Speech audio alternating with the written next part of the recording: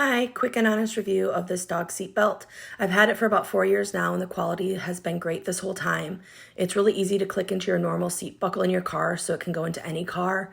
Once it's snapped, then you're good to go. The material feels really strong and solid and it does have a little bit of a bungee to it, so there's some stretch. The other end has a clip that I would attach to my dog's harness.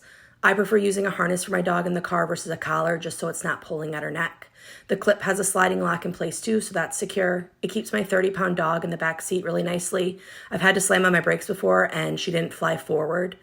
It's really nice as well for her because it gives her room to move around in the back seat if she wants to lay down or just move around. It's been great for peace of mind when I'm traveling with my dog.